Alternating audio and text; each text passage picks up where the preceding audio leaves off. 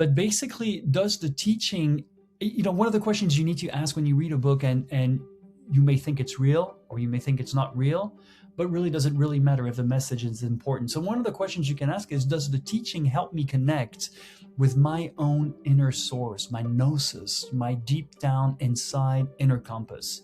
That's a really good question, and you might not have the answer directly. It might take weeks, months, maybe years, but still ask yourself question. By the way, with anything else, whether it's a new technology, a new system, a new person, it's always good to do that. Does it empower me to trust my direct experience? So this is something that's really interesting, because there's a lot of manipulation to make you concentrate on what is outside of you, external, stimuli, social media, TV news, politics, geopolitical news, all of that. Does it honor other cultures and traditions? And that's an important one.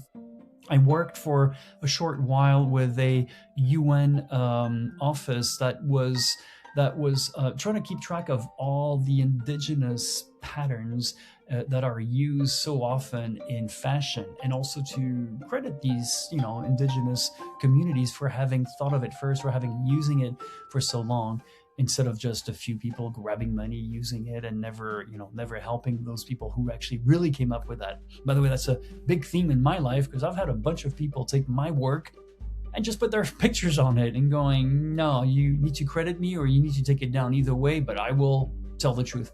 So another one is, does the author's dishonesty undermine the integrity of the message itself? And that's a big one. That's the underlining one, is, does the fact that the author is a fakey-doo, somebody who lies, cheats, and deceit, does that negate the message? Because if, after all, maybe the message was divinely inspired.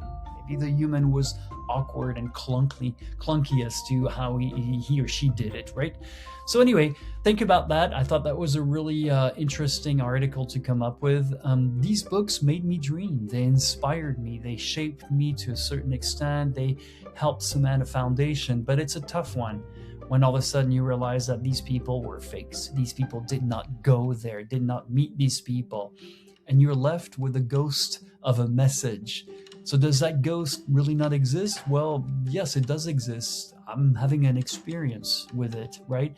It gets us right back to fundamental quantum science questions, even if it's all a stimulus or stimuli or a simulation, sorry.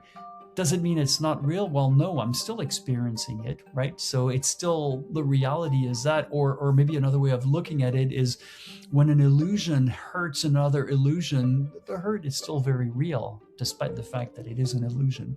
So that's what I'll leave you off with today. I hope you've enjoyed this.